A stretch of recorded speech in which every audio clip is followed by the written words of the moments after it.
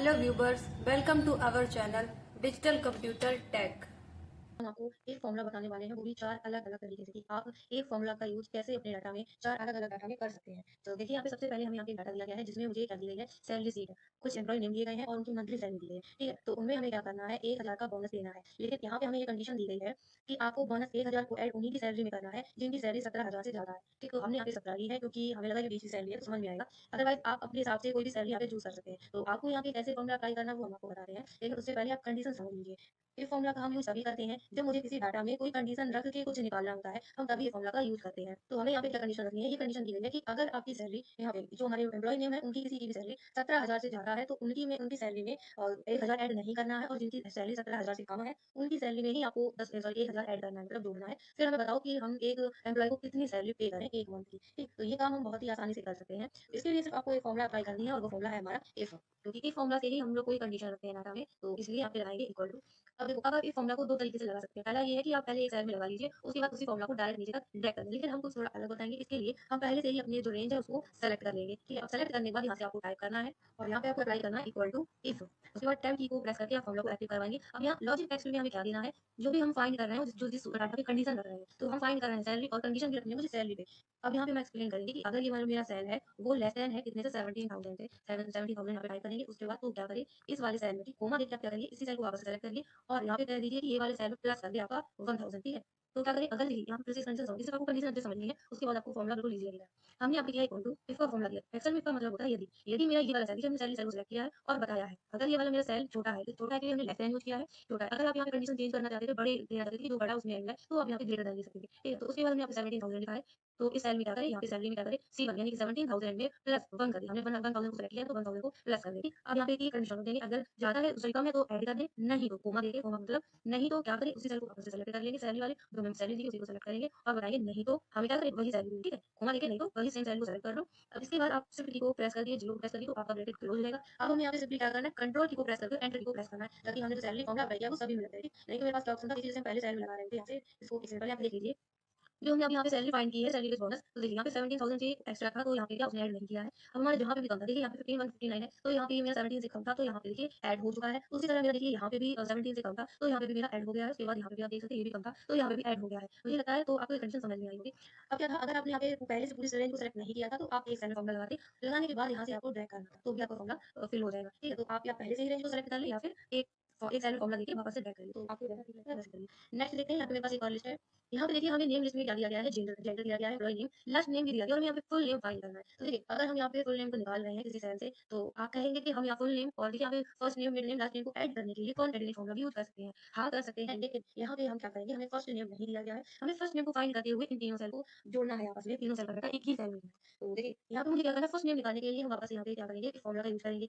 तो चलिए बताते हैं, यहाँ पे वापस से आप एक काम करिए, पूरी रेंज को हम सेलेक्ट करेंगे। अब यहाँ से फॉर्मूला अप्लाई करो, ठीक है? तो यहाँ पे मुझे अप्लाई करना है इक्वल टू और इफ फॉर्मूला यूज़ करेंगे, टैब की से फॉर्मूला एक्टिव करना है। अब मुझे यहाँ पे मेल वाले सेल को सेलेक्ट करना है और बताना है, देखिए पहले यहाँ पे हम फाइंड करेंगे मेल के अकॉर्डिंग मिस्टर एंड मिसेस को, तो हमने इसलिए इफ लगाया है। अगर सिंपली मुझे यहाँ पे mid name sorry first name दिया जाता, मिड नेम था ही मेरे पास, लास्ट नेम भी था, तो फुल नेम को हम ऐड करने के लिए कौन कैंडिडेट यूज़ कर सकते थे, बट मुझे यहाँ पे कंडीशन रखनी है, मुझे तो यहाँ पे पहले तो फर्स्ट नेम को फाइंड करना, उसके बाद ऐड करना है। तो इसके लिए हम यहाँ पे फॉर्मूला अप्लाई करेंगे इक्वल टू इफ अब मेल वाले सेल को सेलेक्ट करेंगे और इसको बताएंगे अगर ये सेल बराबर है, इक्वल टू का साइन देंगे, अगर ये सेल बराबर है किसके, मेल के। आप जिसको यहाँ पे आपको टाइप करना उसको इन्वर्टेड कॉमा के अंदर टाइप करना, इतना याद रखना। यहाँ पे लिखिए मेल, ठीक है? मेल इन्वर्टेड कॉमा को क्लोज कर दीजिए, ये सेल बराबर है मेल के, तो हम ये चाहते हैं मिस्टर, उसको भी आप इन्वर्टेड कॉमा के अंदर लिखेंगे मिस्टर दे। और अब यहाँ पे थोड़ी एक कंडीशन बढ़ा दीजिए, मिस्टर है तो दे दें और यहाँ पे एंड का साइन देते हुए आप क्या करिए, जो आपका नेम वाला सेल है उसको सेलेक्ट कर लो, क्योंकि मुझे ये तो देखिए यहाँ पे सिर्फ हमने इतना किया if equal if bracket cell को सेलेक्ट किया मेल, तो इतने से क्या होगा, मेरा मेल तो आ जाएगा लेकिन इस साथ में ही इनको भी ऐड करते हुए फुल नेम निकालना है। तो इसके लिए हमने यहाँ पे इतना किया है। इसके बाद हम एंड का साइन दे रहे हैं, जैसे क्या करेगा, मेल से मिस्टर एंड मिसेस को फाइंड करके आपके नेम को ऐड करके देगा, ठीक है? तो यहाँ पे हम लिखेंगे, ये हमने सेल सेलेक्ट किया है नेम वाला, तो अभी मुझे ये वाला और चाहिए, तो इसलिए वापस से हम एंड का साइन देंगे और यहाँ पे लास्ट वाले नेम को भी सेलेक्ट करेंगे। अब इसके बाद ब्रैकेट को सेलेक्ट यहाँ पे क्या करेंगे, जितनी कंडीशन होगी इसके बाद वापस से कोमा देंगे, कोमा। अब यहाँ मुझे क्या करना है, इतना तो हो गया, अगर मेल है तो क्या करें, मिस्टर लिख के नाम को ऐड कर दे। लेकिन मेरे पास कुछ फीमेल भी है तो उनके लिए भी हम यहाँ पे एक स्टेप आगे ले जाएंगे। इतना अगर मिस्टर है तो, अगर मेल है तो मिस्टर कर दे, नहीं तो वापस से लोगों को इन्वर्टेड कॉमा के अंदर मिसेस, ठीक है? इन्वर्टेड कॉमा में अब वापस से सेल को ऐड करवाने के लिए एंड का साइन देंगे। नेम वाले सेल को हम यहाँ से देखिए, पहले नेम वाले सेल को सेलेक्ट करेंगे और यहाँ से वापस से साइन एंड का साइन देके लास्ट नेम वाले सेल को मुझे सेलेक्ट करना है। यहाँ से देखिए सेलेक्ट करना है थोड़ा मुश्किल हो रहा है, तो इसलिए हम यहाँ पे कह रहे हैं सेल का एड्रेस दे दीजिए। तो क्या है मेरा सेल का एड्रेस, D3, ठीक है? यहाँ पे ये वाला जो सेल है वो यहाँ पे टाइप कर दीजिए D3, ब्रैकेट को क्लोज करेंगे और कंट्रोल के साथ एंटर को प्रेस करेंगे। तो देखिए यहाँ पे सभी नेम आ गए हैं, इसको रजिस्टर कर दें। ये देखिए फाइंड करना है पास और फेल। तो यहाँ पे सेम वही फॉर्मूला हम लगाएंगे, इफ रेंज को सेलेक्ट करेंगे इक्वल, तो यहाँ पे हम टाइप करेंगे इक्वल टू इफ, टैब की को प्रेस करेंगे फॉर्मूला एक्टिव करवाने के लिए। अब देखिए हम जो यहाँ पे पास फेल निकालने वाले हैं वो परसेंटेज हम अपने अकॉर्डिंग देंगे कि अगर 60 से ज़्यादा है तो पास करें या 50 से ज़्यादा है तो पास करें। सेम ऐसा ही डाटा आप अपने अकॉर्डिंग ले सकते हैं, या आपको जो दिया जाए उसके अकॉर्डिंग कि आपको 80 पे ही फेल निकालना है या 90 पे ही पास निकालना है, इस तरह से तो आप 4 डिजिट यहाँ पे टाइप करना।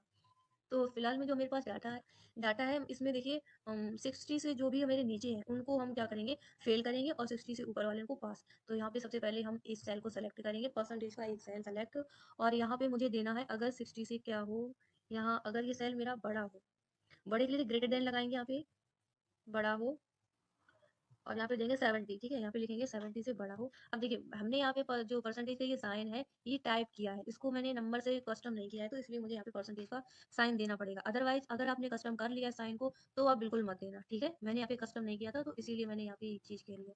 तो यहाँ पे हम परसेंटेज का मुझे साइन देना ही पड़ेगा। उसके बाद कहेंगे अगर ये सेल क्या है, बड़ा है 70 से, तो मुझे क्या दे, पास। पास को लिख दो इन्वर्टेड कोमा के अंदर, इन्वर्टेड कोमा क्लोज कोमा, नहीं तो फेल। फेल को भी हम लिख देंगे इन्वर्टेड कोमा के अंदर।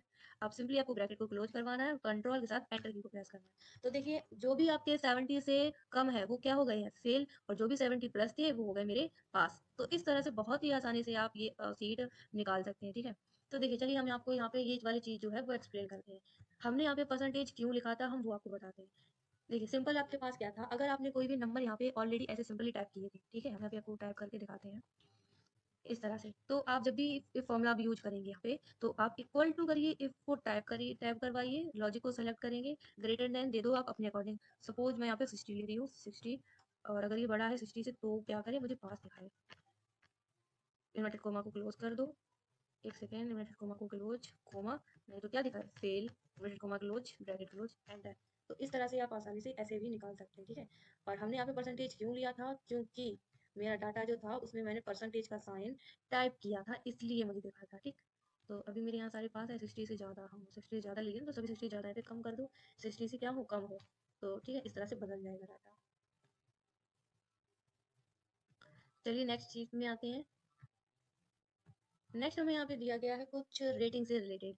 देखिए यहाँ पे कुछ नाम दिए गए हैं, और रेटिंग 1 में हमें गुड बैड इस तरह से दिया गया है। अब रेटिंग 2 में मुझे फाइंड करना है कि जहाँ पे भी मेरा गुड लिखा है वहाँ पे हैप्पी आ जाए, और जहाँ पे बैड लिखा है वहाँ पे सैड आ जाए। तो ये करने के लिए सेम हम इफ फॉर्मूला का ही यूज करने वाले हैं। तो सबसे पहले तो मुझे अपनी रेंज को सेलेक्ट कर लेना है, और यहाँ पे टाइप करना है इक्वल टू इफ। अब इफ फॉर्मूला हम क्यों यूज कर रहे हैं ये हम आपको सीट 1 से बताते हुए आ रहे हैं, तो इसलिए इफ फॉर्मूला क्यों यूज कर रहे हैं वो आप बताना, ठीक है। तो हम रेटिंग 1 को सेलेक्ट करेंगे, और यहाँ पे मुझे क्या देना है कि जहाँ गुड है वहाँ हैप्पी आ जाए, और जहाँ बैड है वहाँ पे सैड। तो ये बताएंगे अगर ये सेल मेरा बराबर है किसके, उसको इन्वर्टेड कोमा के अंदर लिखो, गुड के, ठीक है, इन्वर्टेड कोमा क्लोज। और एक बात याद रखना, जो भी आप टेक्स्ट सेलेक्ट करो वो उसी फॉर्मेट में होना चाहिए, मतलब लेटर आप देख लेना कैपिटल स्मॉल उसी बेस पे होने चाहिए। उसके बाद बराबर है गुड के, तो मुझे क्या दे, हैप्पी दे। हैप्पी को लिखेंगे इन्वर्टेड कोमा के अंदर, हैप्पी दे, नहीं तो क्या दे सैड। अब सैड को लिख दो इन्वर्टेड कोमा के अंदर, ब्रैकेट क्लोज, कंट्रोल एंटर। तो देखिए अब जहाँ पे भी मेरा गुड है वहाँ हैप्पी हो गया, जहाँ बैड है वहाँ पे सैड हो गया, आप देख सकते पूरे डाटा में। तो इस तरह से यह बहुत ही आसानी से इस फॉर्मूला का यूज अलग अलग डाटा में अलग अलग डाटा को निकालने के लिए कर सकते हैं।